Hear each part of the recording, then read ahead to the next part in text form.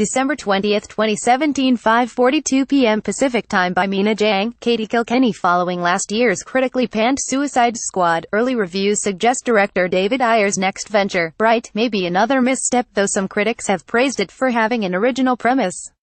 The fantasy crime film, a Netflix original, follows a police officer Will Smith and his orc partner Joel Edgerton as they fend off enemies in the streets of a mystical world where humans exist alongside elves, fairies and other mythical creatures.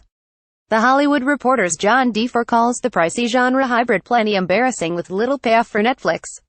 Stars Will Smith and Joel Edgerton play it mostly straight here, doing their part to sell the premise, but the screenplay offers viewers little reward for our own suspension of disbelief, he writes.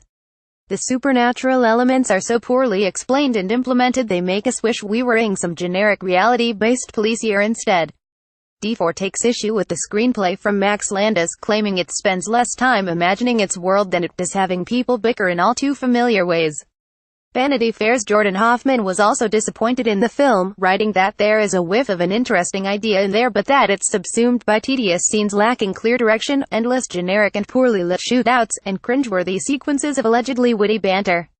Hoffman says the $90 million film will ultimately reflect poorly on distributor Netflix, which is releasing it in theaters and on its platform. IndieWire's David Ehrlich pegs Bright as the worst movie of 2017 in his review, which describes the pick as so profoundly awful that Republicans will probably try to pass it into law over Christmas break. Writes Ehrlich, from the director of Suicide Squad and the writer of Victor Frankenstein comes a fresh slice of that somehow represents new lows for them both, a dull and painy derivative ordeal that often feels like it was made just to put those earlier misfires into perspective.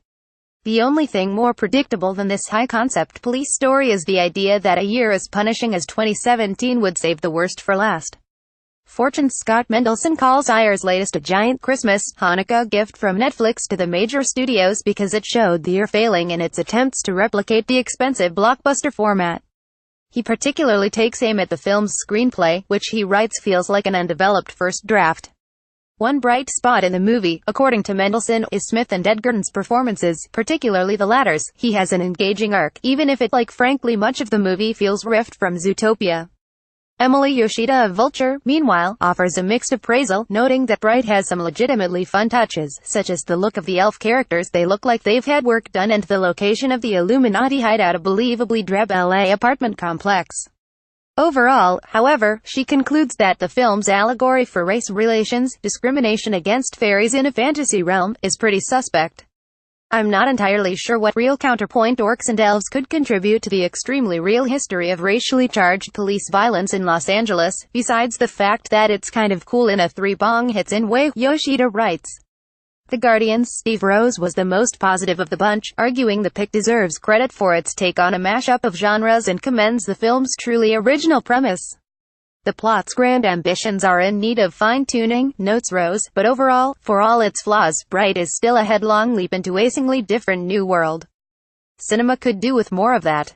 Bright.